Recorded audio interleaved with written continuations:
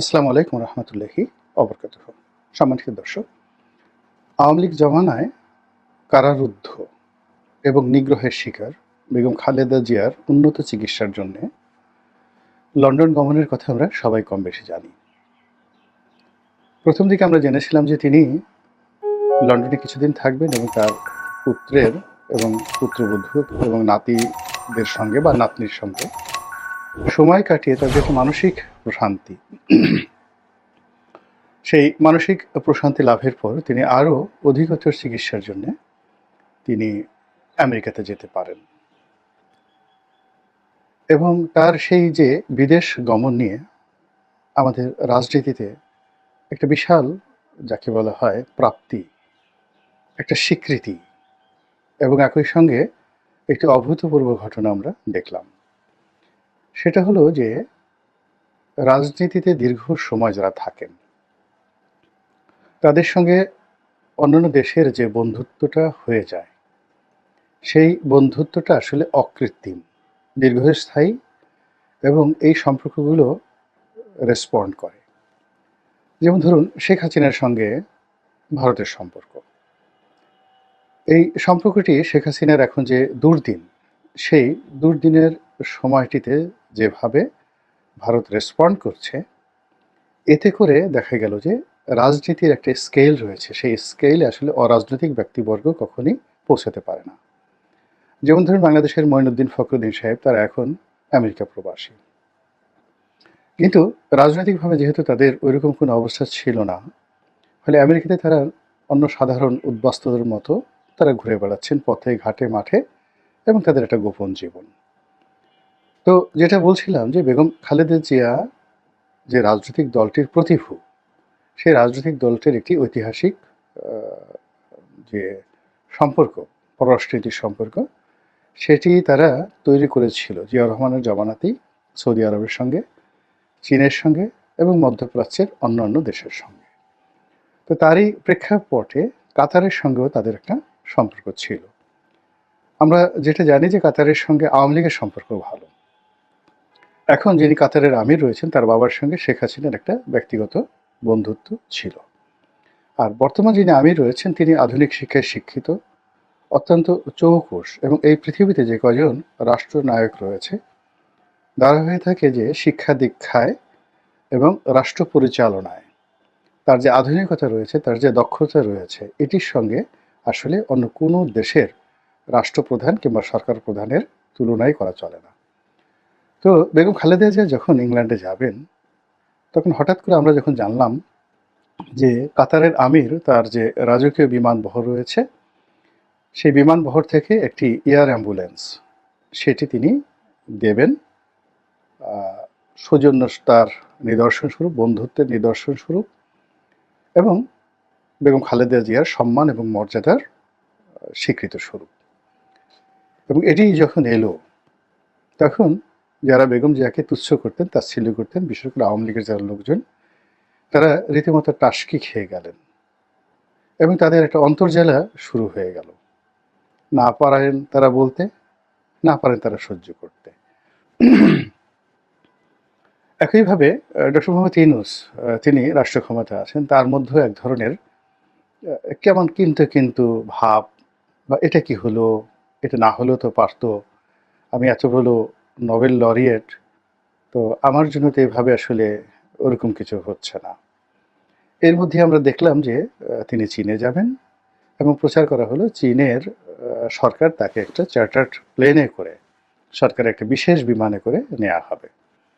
সেটা সামরিক বিমান হতে পারে, চীনের প্রেসিডেন্টের স্পেশাল বিমান হতে পারে, অথবা তাদের যে সকল বহরে কতগুলো বসানো থাকে বিমান, পৃথিবীর ভিভিআইপিদেরকে আনা নেওয়ার জন্য।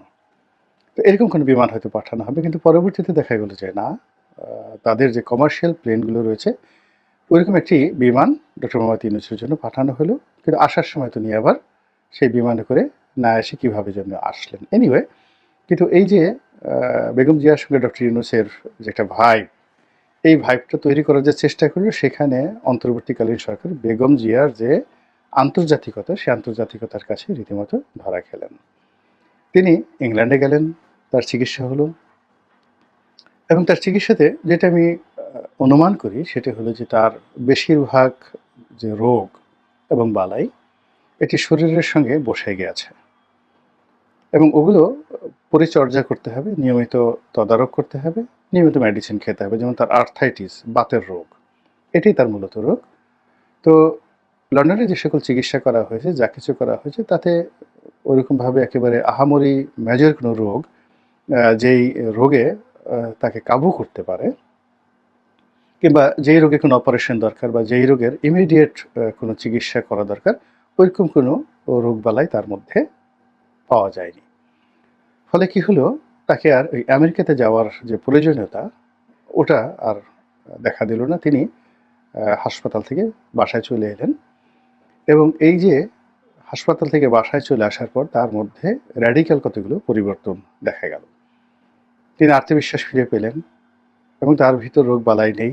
তিনি আবার সুস্থ হতে পারেন বা পারবেন, রাজনীতি করতে পারবেন, রাষ্ট্র ক্ষমতা পরিচালনা করতে পারবেন, দলের নেতৃত্ব দিতে পারবেন। এই বিষয়গুলো তার রক্তের মধ্যে একটা শিহরণ খেলে যেতে লাগলো।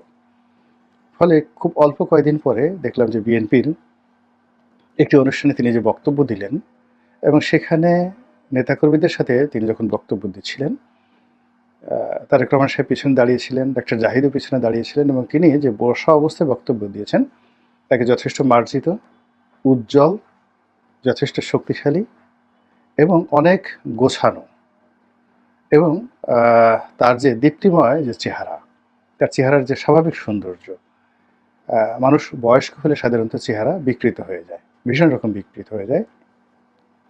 কিন্তু কিছু কিছু মানুষের বয়স হওয়ার পরে তার বয়সের গাম্ভীর্যের কারণে তার চেহারার মধ্যে এক ধরনের সম্মানের এবং মর্যাদার মাধুর্যময়তা ফুটে ওঠে, যেটি বেগম জিয়ার যে লন্ডনে বসে তিনি যে ভার্চুয়াল বৈঠকটি করলেন তার মধ্যে সেটা ফুটে উঠল।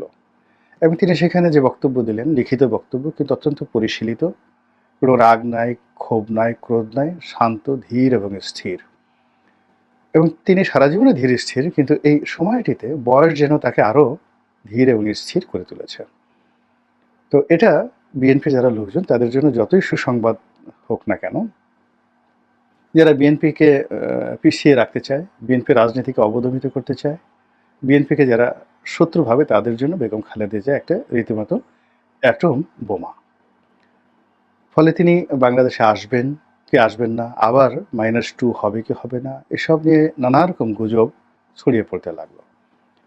সত্য মিথ্যা আমরা কিছুই জানি না, কিন্তু মানুষের মুখে যা রটে তার কিছু না কিছু বটে।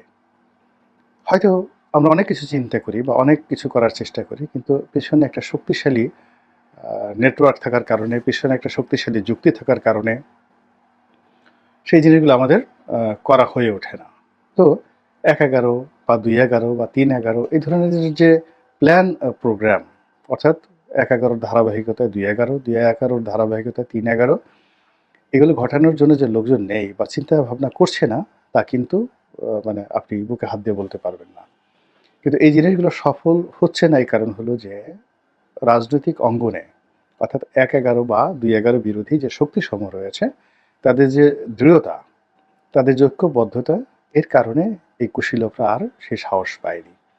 তো যাই হোক, বেগম খালেদা জিয়া আসবেন কবে, তারপরে তারেক জিয়া আসবেন কবে, এগুলো নিয়ে যখন কথাবার্তা হচ্ছে, সন্দেহ বাড়ছে, গুজব বাড়ছে, ঠিক সেই সময়টাতে আমরা জানলাম যে বেগম খালেদা জিয়া বাংলাদেশে আসছে। সাংগতিক কারণে আমরা আগে জেনেছিলাম যে কাতারের আমিরের সেই এয়ার অ্যাম্বুলেন্সে আসবেন, কিন্তু পরবর্তীতে দেখা গেল যে না, সেটা না, তিনি বিমানের একটা রেগুলার ফ্লাইটে আসবেন। এবং এখানে তাকে অনেকে রীতিমতো মিসকিন বানানোর চেষ্টা করলেন, আবার অনেকে সেই মিসকিনের মধ্যে তাকে গৌরবান্বিত বানানোর চেষ্টা করলেন। লন্ডন থেকে যে বিমানের রেগুলার যে ফ্লাইট আসে, তো সেই ফ্লাইটটি সিলেট হয়ে আসে। তো বিমানের পক্ষ থেকে নাকি প্রস্তাব দেওয়া হয়েছিল যে ম্যাডাম, আপনার সৌজন্যে এই ফ্লাইটটি ঢাকাতে ল্যান্ড করানো হবে, তারপরে সিলেট যাবে। তো বেগম যে এই প্রস্তাব নাকচ করে বলেছেন যে না, এতগুলো যাত্রী, তাদেরকে কষ্ট দেওয়ার দরকার নেই। এরপর তিনি বলেছেন যে আমি সিলেটেই অবতরণ করব এবং সেখান থেকে ঢাকা আসবো অ্যাজ ইউজুয়াল। তো এগুলো নিয়ে অনেক কথা হচ্ছে, অনেক বার্তা হচ্ছে। ঠিক এই সময়টিতে আবার নতুন করে আমরা জানলাম যে না, তিনি বিমানের ফ্লাইটে আসছেন না। তিনি কাতারের আমিরের ফ্লাইটে আসছেন। অর্থাৎ তার দেওয়া যে উপহার এয়ার অ্যাম্বুলেন্স, সেটাতে করিয়ে আসছেন। আপনারা জানেন যে কিছুদিন আগে আমাদের প্রধান উপদেষ্টা কাতারে গিয়েছিলেন। সেখানকার প্রধানমন্ত্রীর সঙ্গে বৈঠক হয়েছে। কিন্তু কাতারের আমিরের সঙ্গে তার কোনো বৈঠক হয়নি।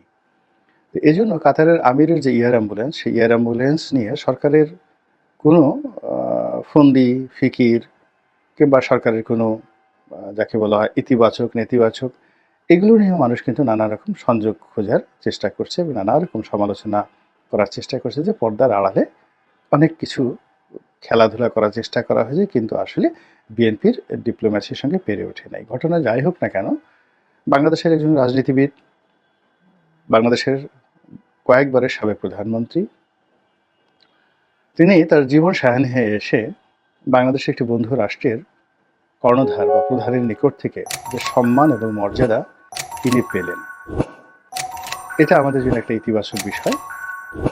এবং এই জন্য কাতারের আমির এবং কাতার সরকারকে অবশ্যই আমাদেরকে ধন্যবাদ দিতে হবে। বেগম জিয়া বাংলাদেশে আসছেন, আসার পর বাংলাদেশের প্রকৃতি এবং পরিবেশে তিনি অবশ্যই তার যে সুদীর্ঘকালের অভিজ্ঞতা, সেই অভিজ্ঞতা অনুযায়ী তিনি সিদ্ধান্ত নেবেন। তার দলের সমস্যাগুলো তিনি চিহ্নিত করবেন এবং রাজনীতিতে তিনি একটি দিক নির্দেশনা দিবেন। এর কারণ হলো যে বাংলাদেশের রাজনীতিতে, চলমান রাজনীতিতে তিনি বিভিন্ন দিক থেকে কিংবদন্তি। জেল খেটেছেন, জেল থেকে বের হয়েছেন, প্রধানমন্ত্রী হয়েছেন, প্রধানমন্ত্রী ক্ষমতা হারিয়েছেন। তো উত্থান এবং পতনের অনেক যে ধারা, উপধারা, সব কিছুর মধ্যেই তিনি যে বেগম জিয়া, তিনি যে শহীদ প্রেসিডেন্ট জিয়াউর রহমানের স্ত্রী এবং বিএনপির নেতা, এই তিনটি পরিচয় একত্রে তিনি ধারণ করেছেন। তাকে কখনো বলা হয়নি যে তিনি দেশ বিক্রি করে দিয়েছেন, তাকে কখনো বলা হয়নি তিনি আমেরিকার দালাল, ভারতের দালাল কিংবা চীনের দালাল অথবা সৌদি আরবের দালাল। তার বিরুদ্ধে কখনো বলা হয়নি যে তিনি বিদেশি কোনো শক্তির দোসর। তিনি কারো পরামর্শে রাষ্ট্র চালান, বিদেশি শক্তির পরামর্শে, কিংবা বিদেশি কোনো কোম্পানির সাথে লেনদেন করে তিনি বা তার পরিবার আখের গোছান, এই ধরনের কোনো বদনাম বিরোধী পক্ষ তো দূরের কথা, একেবারে ইবলিশ শয়তানও মানুষের মনে ওয়াসা দিতে পারেননি।